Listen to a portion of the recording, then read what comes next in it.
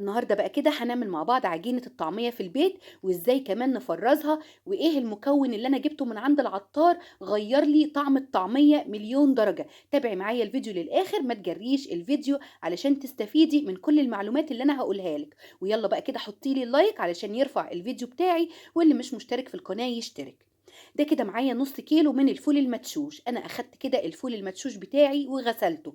اول ما حطيت عليه المية انا حبيت اوريكم شكل المية بيكون لونها مجير. بفضل كده اغسل الفول المدشوش بتاعي لحد ما الميه بتبقى معايا نظيفه وشفافه وزي الفل. انا سبت بقى كده الفول المدشوش بتاعي منقوع من بالليل، وجيت بقى كده تاني يوم الصبح لقيت بقى كده الفول شارب الميه. بس طبعا في ميه، وبس بمسك الفوله كده بايديا اقسمها بالنص تتقسم معايا. هاخد بقى كده الفول بتاعي واصفيه كويس جدا، وزي ما قلت لكم انا غسلته مره واتنين لحد كده ما بقى معايا بالشكل ده.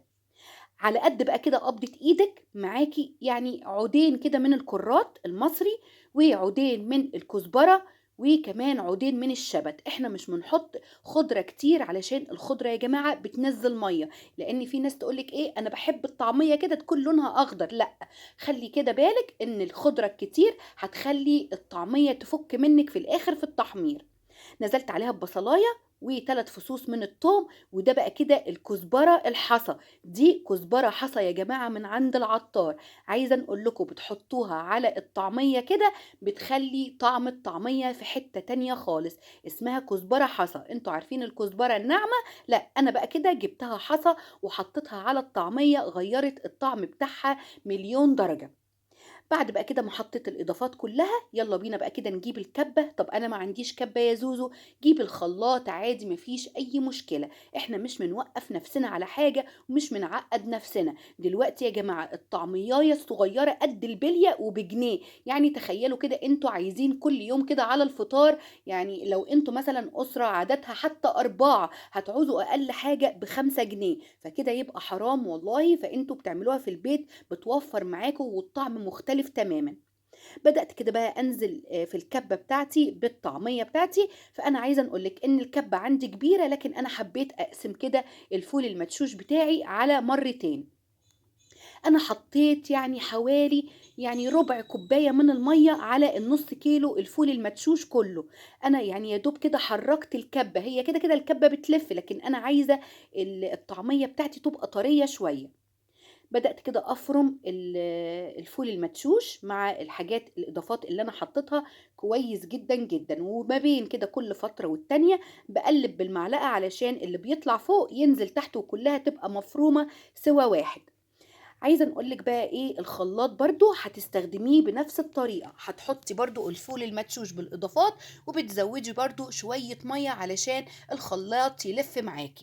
بعد ما خلّصت الكمية كلّها وفرمتها، أنا حطيت الكمية كلّها تاني في الكبة علشان أفرمها مرّة كمان. أنا عايزة الطعمية بتاعتي تكون ناعمة خالص، خالص. فأنا زوّدت كده الفرم علشان أنا مش عايزاها تكون مخرّزة. أهم حاجة إن إحنا نفرم الطعمية كويس جدًا. عايزة نقول لكم بقى ريحتها بس كده وهي في الكبة خطيرة يا جماعة. وكمان عايزة نقول لكم الكزبرة الحصى بتغيّر طعمها، يعني مش عايزة نقول لكم إن هي عاملة زي الكفتة. والله يا جماعة أنا ولادي حرفيًا بيحبوا الطعمية اللي أنا باعملها في البيت، وبيكون طعمها أجمل كتير، كتير من اللي إحنا بنشتريها من برّه. ادي كده بقى انا فرمت الطعمية بتاعتي تاني مرة تانية كلها كده في الكبة. وده بقى كده شكل الطعمية بتاعتي. بصوا شايفين العجينة عاملة ازاي؟ طرية ما شاء الله اللهم بارك، بس مش طرية بقى اللي هي ايه، مليانة مية. لا، الطرية الطراوة المظبوطة. ادي بقى كده شكل الطعمية بتاعتي. يلا بينا بقى كده ايه نحط التوابل بتاعتنا. في ناس بتشيلها في الفريزر او بتفرزها من غير ما تحط التوابل، دي بقى كده حاجة ترجع لك. لكن انا بحط التوابل فيها عادي جدا وبشيلها وبفرزها وبطلعها وبتبقى مظبوطة. انت عايزة تشيليها من غير توابل، ولما تطلعي على قد الاكلة اللي انت هتعمليها وتحطي توابلها عادي مفيش اي مشكلة.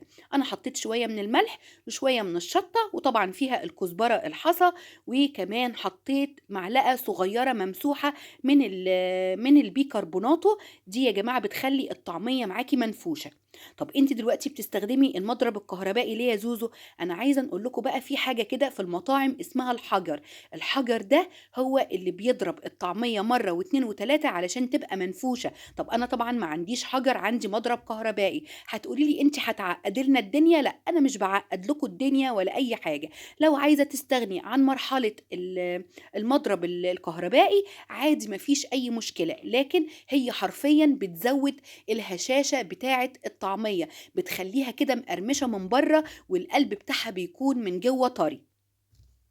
أنا كده قُلت لكم معلومات كتير والإضافة كمان اللي أنا حطيتها على الطعمية. جِبت بقى كده أكياس التلاجة زي ما أنتم شايفين، وبقيت أحط الكمية اللي هي على قد الأكلة بتاعتي. عايزة نقول لكم ما شاء الله اللهم بارك، عملت معايا 6 أكياس غير الكيس اللي أنا عملته وحمّرته علشان التصوير معاكم.